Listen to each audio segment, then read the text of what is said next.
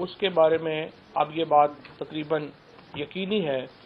کہ اس معظم کو گولی جو ہے وہ ایک اس شوٹر نے ماری جو اسی ذمہ داری کے لیے وہاں پہ بھیجا گیا تھا کہ آپ نے جو نوید ہے اس کو قتل کر دینا. یعنی یہ لیاقت علی خان شہید کی جو آپ نے دیکھا ہوگا کہ جو ایپیسوڈ ہوئی 1951 میں اسی کو ہی ریپیٹ کیا جا رہا تھا اور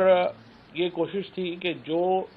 شوٹر ہے جس نے عمران خان کے اوپر گولیاں چلائیں اس کو گولی مار دی جائے اور یہ ثابت کر دیا جائے کہ صرف ایک ہی شوٹر تھا اور مذہبی انتہا پسند تھا اور یہ سارا معاملہ جو ہے اس کو دبا دیا جائے.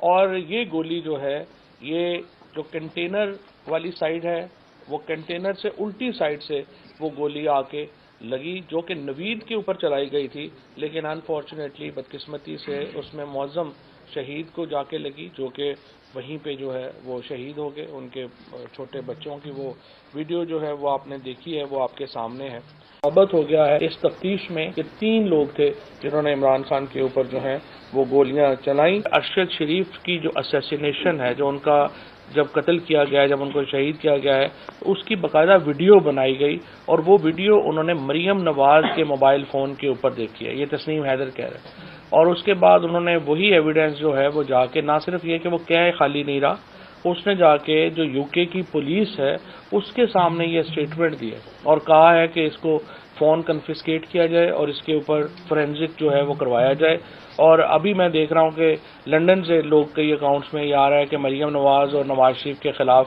اس کے اوپر جو ہے وہ لندن کی پولیس نے انویسٹیگیشن شروع کر دی ہے. عمران خان کے جو گارڈز ہیں ان کی تمام جو اسلحہ ہے اس کا فورینزک کرایا گیا ہے اور اس میں یہ بات ثابت ہوئی ہے کہ عمران خان کے جو گارڈز ہیں ان کی طرف سے کوئی گولی جو ہے وہ نہیں چلی گئی، ایک بھی گولی جو ہے وہ گارڈز کی فائر نہیں ہوئی. اور جو موقع کے اوپر ویپنز کا جو کیٹریجز ملے ہیں وہ 3 ڈفرینٹ ویپنز کے ہیں، اس لیے یہ بات قطعی طور کے اوپر کہی جا سکتی ہے کہ 3 ملزمان جو تھے وہ اس اسیسینیشن اٹیمپٹ میں شامل تھے. ایک جو ہے اس کو گرفتار کر لیا گیا ہے،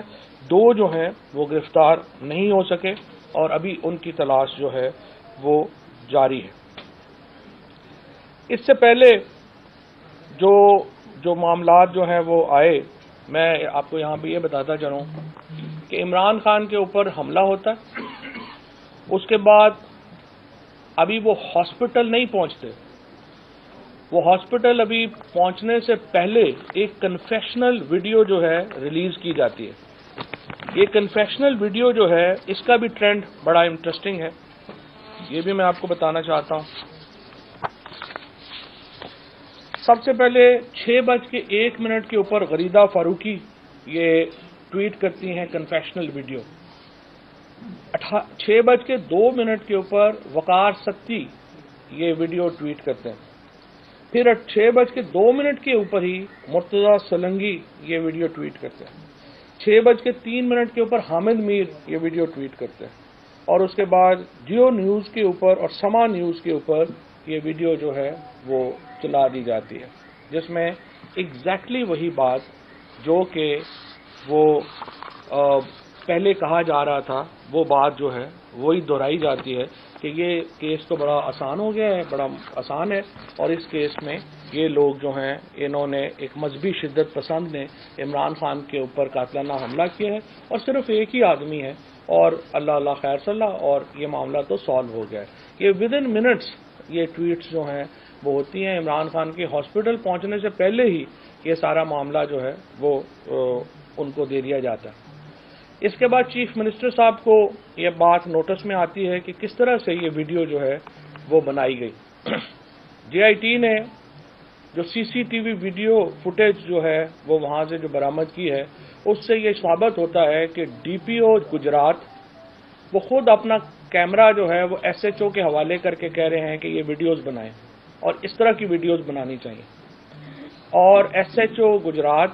اسی رٹی رٹائی جو احکامات اس کو ملتے ہیں اس کے اوپر جو ہے وہ ویڈیو بناتے ہیں. اور جو ایس ایچ او صاحب ہیں انہوں نے اپنے بیان میں بھی یہ کہہ دیا ہے اب کہ یہ ویڈیو انہوں نے ڈی پی او کے کہنے کے اوپر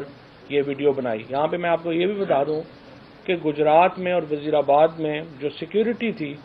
وہ بہت کم تھی اور قطعی طور کے اوپر اس کا جو معیار تھا وہ پہلے جو گجرانوالہ میں جس طریقے سے ان کو سیکورٹی دی گئی تھی یا لاہور میں دی گئی تھی اس کے مطابق نہیں تھی. وہاں پہ جو پولیس ہے اس کی تعداد کو بھی کم کیا گیا اور ایک موقع فراہم کیا گیا کہ عمران خان کے اوپر قاتلانہ حملہ ہو سکے. ڈی پی او گجرات کو جے آئی ٹی نے فون کی فورینزک کرانے کے لیے حوالے کرنے کو کہا, انہوں نے انکار کر دیا. انہیں تفتیش میں بلایا گیا, وہ تفتیش میں شامل نہیں ہوئے. آخر انہیں کون روک رہا تھا؟ کون اتنا طاقتور تھا کہ عمران خان کے اوپر حملے کی تفتیش جو ہے اس کے اوپر اس طرح سے اثر انداز ہو کہ ڈی پی او گجرات جن کے فون سے وہ ویڈیو بنی وہ پیش ہی ہونے سے انکار کر دیں اور کوئی ان کا بال بھی بیکا نہ کر سکے. آئی جی پنجاب کو رابطہ کیا جاتا ہے, فیصل شاہکار تھے اس وقت, ان کو رابطہ کیا جاتا ہے, وہ کہتے ہیں کہ وہ ہم نہیں دے سکتے ہیں فون, ان کا ڈی پی او گجرات کا فون جو ہے وہ حوالے نہیں کیا جا سکتا. بہرحال چیف منسٹر اس پہ ایکشن لیتے ہیں اور تھانہ جس میں یہ ویڈیو بنتی اس کو سسپینڈ کیا جاتا ہے. لیکن اس کے چند گھنٹے کے بعد ایک اور ویڈیو تقریباً رات کو 1 بجے وہ ریلیز ہوتی ہے اور وہ ویڈیو بنائی جاتی ہے سی ٹی ڈی کے آفس میں. سی ٹی ڈی کے آفس سے جے آئی ٹی نے رابطہ کیا اور کہا کہ وہ سی سی ٹی وی فوٹیجز دے دیں کہ وہاں پہ کون آیا گیا کیسے ہوا. سی ٹی ڈی نے تعاون کرنے سے انکار کر دیا اور کہا کہ وہ جے آئی ٹی کے ساتھ تعاون نہیں کریں گے. اب آپ اس پہ بھی سوال یہی ہے کہ سی ٹی ڈی کو کون روک رہا تھا کہ وہ ریکارڈ اور سی سی ٹی وی فوٹیجز مہیا نہ کرے. اس کے بعد جو ایک اور کام بھی یہ کیا گیا کہ سی ٹی ڈی آفس میں جس دفتر میں یہ ویڈیو بنائی گئی اس دفتر کو ہی ریڈو کر دیا گیا. اس کے اوپر جو پینلنگ تھی اس کو ہٹا کے اس میں رنگ و روغن کر دیا گیا, پورا دفتر بدل دیا گیا تاکہ یہ لگے کہ یہ ویڈیو جو ہے اس کا اس آفس سے کوئی تعلق ہی نہیں ہے. اس کے بعد ایجنسیز جو ہیں ان کو اپروچ کیا گیا اور کہا گیا کہ ریکارڈ دیں جو انٹرنیٹ کا جو آئی پیز یوز کر رہا تھا ملزم نوید. وفاقی ایجنسیز نے یہ انٹرنیٹ ڈیٹا شیئر کرنے سے انکار کر دیا اور ملزم کا جو فون ہے اس کی جو انٹرنیٹ ہے اس کو دینے سے ان کو جو ہے وہ کر دیا گیا, انکار کر دیا گیا. اس کے بعد پولیس نے اپنے طور کے اوپر ویڈیو لیکس کی ایک انکوائری شروع کی جو کہ مکمل طور کے اوپر ریڈنڈنٹ ہوگی, اس کو کبھی بھی جو ہے وہ مکمل نہیں کیا گیا.